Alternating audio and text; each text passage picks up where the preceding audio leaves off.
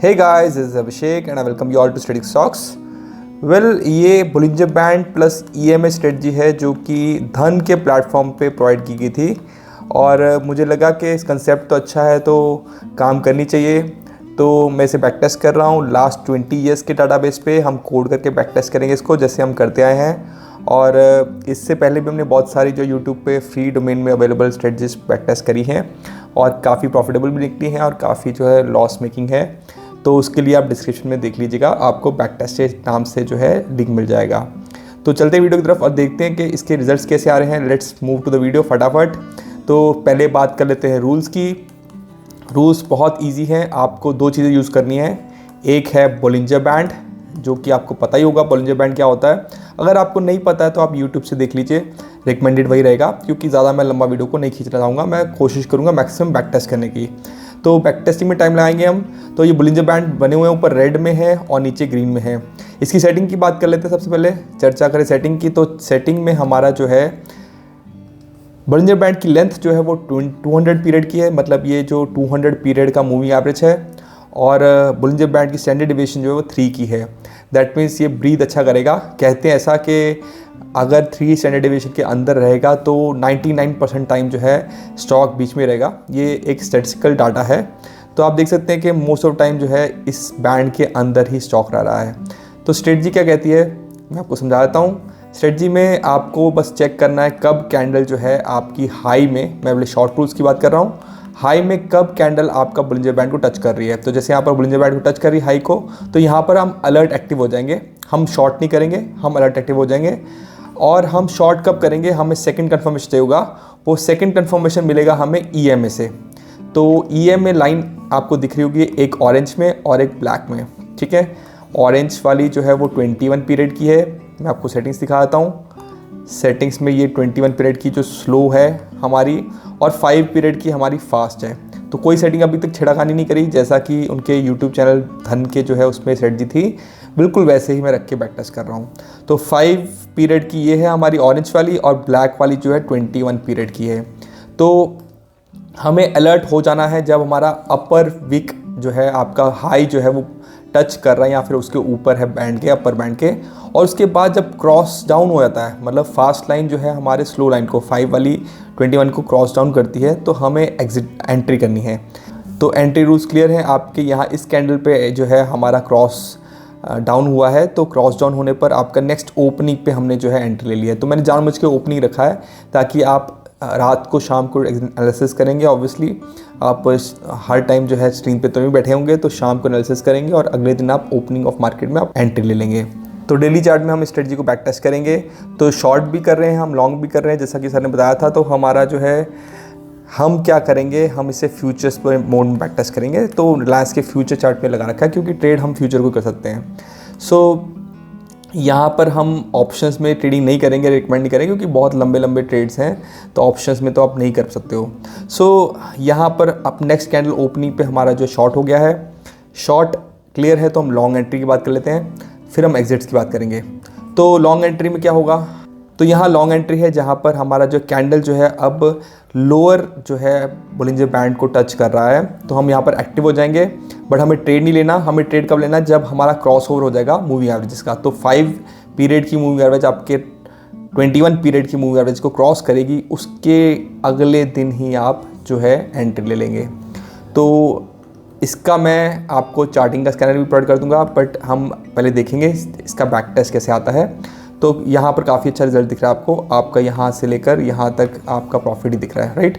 तो अब एग्जिट्स की बात कर लेते हैं। एग्जिट्स में क्या है, एग्जिट्स में हमें जो है क्या करना है, अल्टीमेट स्टॉप लॉस बात करी हुई है। अल्टीमेट स्टॉप लॉस क्या रहेगा, वो हमारा जो है रीसेंट लो रहेगा, ठीक है। तो यहाँ पर हमारा लॉन्ग हो गया, तो रीसेंट लो जो रहेगा वो हमारा अल्टीमेट स्टॉप लॉस है। मतलब हमारा यहाँ से एंट्री लेने के बाद अगर कैंडल्स नीचे आ गई तो यहाँ पर हमारा स्टॉप लॉस हिट हो जाएगा।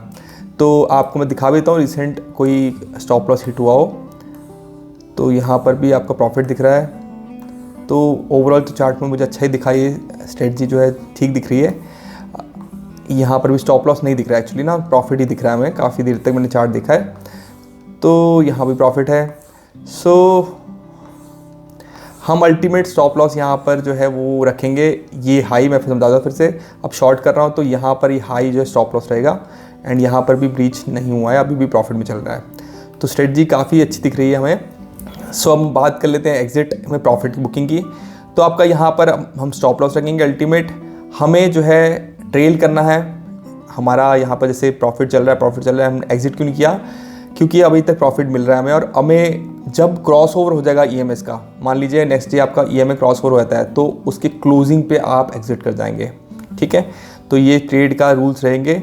जैसे मैं आपको यहाँ दिखाता हूँ फर्दर, कहीं पर भी एग्जिट हुआ हो तो यहाँ एग्जिट हो रहा है, तो मैं आपको दिखा रहा हूँ क्या, ये शॉर्ट एंट्री हुई है और यहाँ जस्ट क्रॉस ओवर हो गया है, तो उसके अगले दिन ओपनिंग पे आपने एग्जिट कर दिया है। ठीक है, तो क्रॉस ओवर एग्जिट हो गया है, तो अल्टीमेट स्टॉप लॉस यहाँ रहने वाला है, और हम ट्रेल करेंगे जब तक हमारा ईएमए क्रॉस ओवर नहीं करती है, फिर से क्रॉस डाउन करगी बट हमें एंट्री नहीं लेनी, यहाँ पर हमारा एग्जिट हो गया है। तो रूल्स को जो है हम परफेक्टली फॉलो करेंगे और उसके हिसाब से चलेंगे। और लॉन्ग में भी दिखाता हूँ आपको, लॉन्ग ये फिर से क्रॉस ओवर एग्जिट दिखा रहा है, यहाँ शॉर्ट हुआ है और ये क्रॉस ओवर हो गया है, तो यहाँ पर जस्ट ईएमए ने दूसरी ईएमए को क्रॉस कर लिया है। अगेन लॉन्ग में ये देखते हैं एक बार, लॉन्ग में अभी आपका ऐसे ही हुआ है, बहुत अच्छा प्रॉफिट दिख रहा है यहाँ पर, बहुत ही बेहतरीन दिख रहा है। यहाँ लॉन्ग एंट्री हुई है और यहाँ पर क्रॉस ओवर एग्जिट हुआ है आपका जाके कहीं यहाँ, तो काफ़ी बड़ा राइज मिला है हमें, लगभग जो है आप मान लीजिए डबल का गेन मिला है आपको। सो अब यहाँ पर इसको बैक टेस्ट कर देखते हैं। रूल्स आई बिलीव क्लियर हैं, आपको कोई डाउट्स हैं तो आप उनका वीडियो ज़रूर देखिए, मैं तो वही रिकमेंड करूँगा। और आने वाली वीडियोस में हम जो है इसे इंटरडे में बैक टेस्ट करेंगे, क्योंकि सर ने बोला था इंटरडे में अच्छा काम करती है, तो मैं आपको बैक टेस्ट किट दे रहा हूँ जो कि डेली चार्ट में आपका ईजिली बैक टेस्ट कर सकते हैं आप, तो आपको पता लगेगा कि कैसे कैसे कौन कौन से स्टॉक्स में काम करता है। क्योंकि यहाँ लंबा वीडियो नहीं बनाएंगे, हम 5-6 स्टॉक्स में मैक्सिमम बैक टेस्ट करके देखेंगे इसे। एंड येस, कई जगह प्रॉफिटेबल दिख रही है मेरे को स्ट्रेटजी है। सो चलिए बैक टेस्ट तक चलते हैं।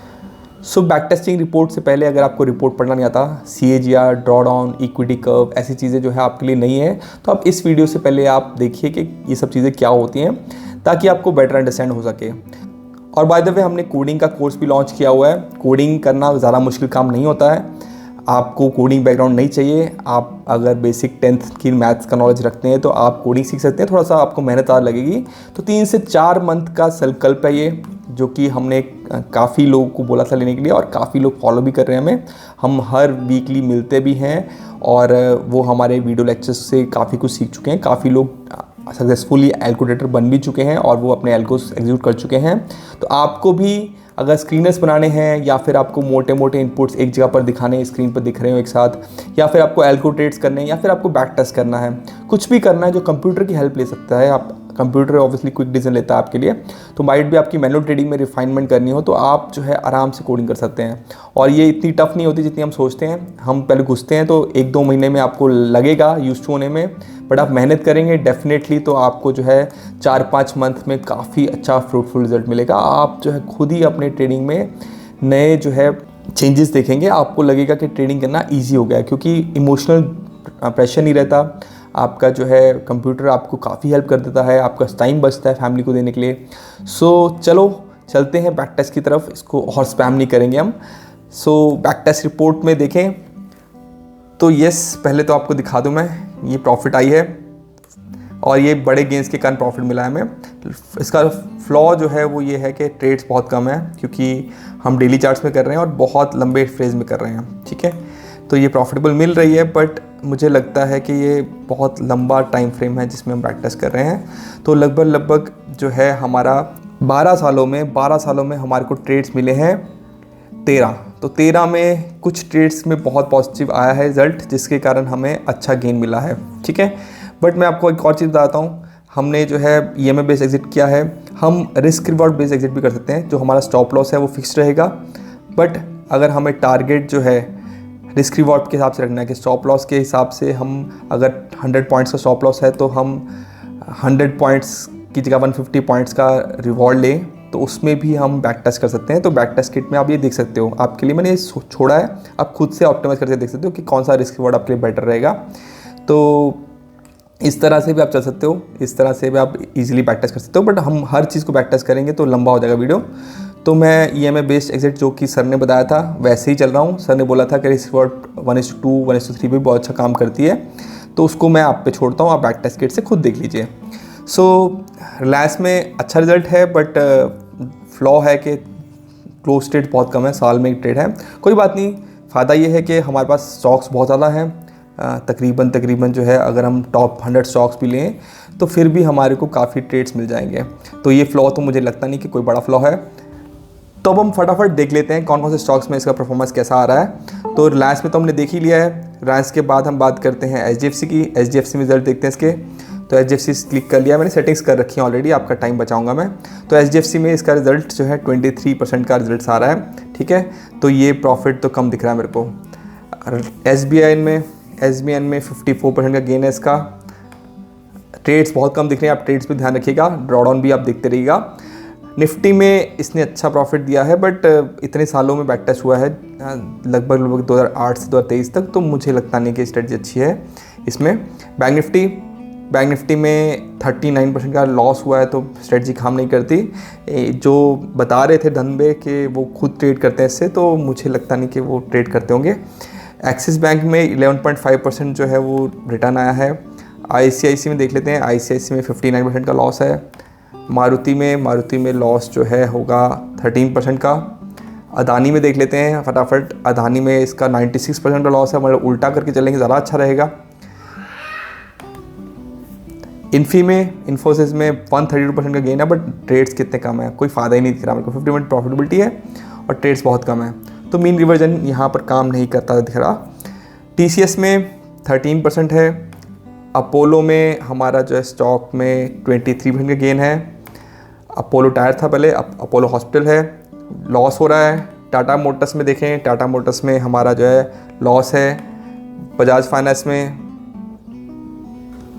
गेन अच्छा है, बट क्लोज ट्रेड्स बहुत कम है, और हमारे को लगता है कि एवरेज जो है होल्डिंग बहुत रही होगी, तो फ्यूचर्स में इस पर ट्रेड करना पॉसिबल नहीं हो पाएगा। ऐसा भी होता है एक ट्रेड में जो है 130-140 बार लग गए हो, तो उसके कारण जो है फ्यूचर ट्रेड नहीं हो पाएगा। तो नहीं, इस पर भी ये चीज़ काम नहीं करेगी। लेवरेजेस मैंने ले रखी हैं।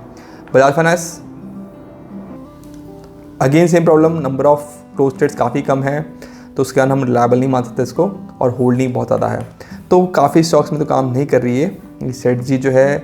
धन एक अच्छा ब्रोकर है, बट उन्हें बैक टेस्ट करके ही चीज़ें देनी चाहिए। बट क्योंकि एक ब्रोकर, मैं समझता हूँ कि ब्रोकर की रिलायबिलिटी ज़्यादा होती है, लोग उनको फॉलो करते हैं, और उसमें जो है स्ट्रेटजी काम नहीं करती, तो ये चीज़ जो है कहीं ना कहीं ब्रोकर की इमेज को ही ख़राब करता है। तो ऐसा नहीं होना चाहिए। एक यूट्यूबर अलग चीज़ है, यूट्यूबर को एक स्ट्रेटजी बता रहा है जो फेल कर रही है, वो अलग बात है, बट ब्रोकर को ये चीज़ें नहीं करनी चाहिए। ब्रोकर को बैक टेस्ट करके, क्योंकि वो ऑब्वियसली उनके स्कोर्डर्स तो हैं ही, बैक टेस्ट करके ही सेटअप बताना चाहिए ताकि लोगों का लॉस ना हो।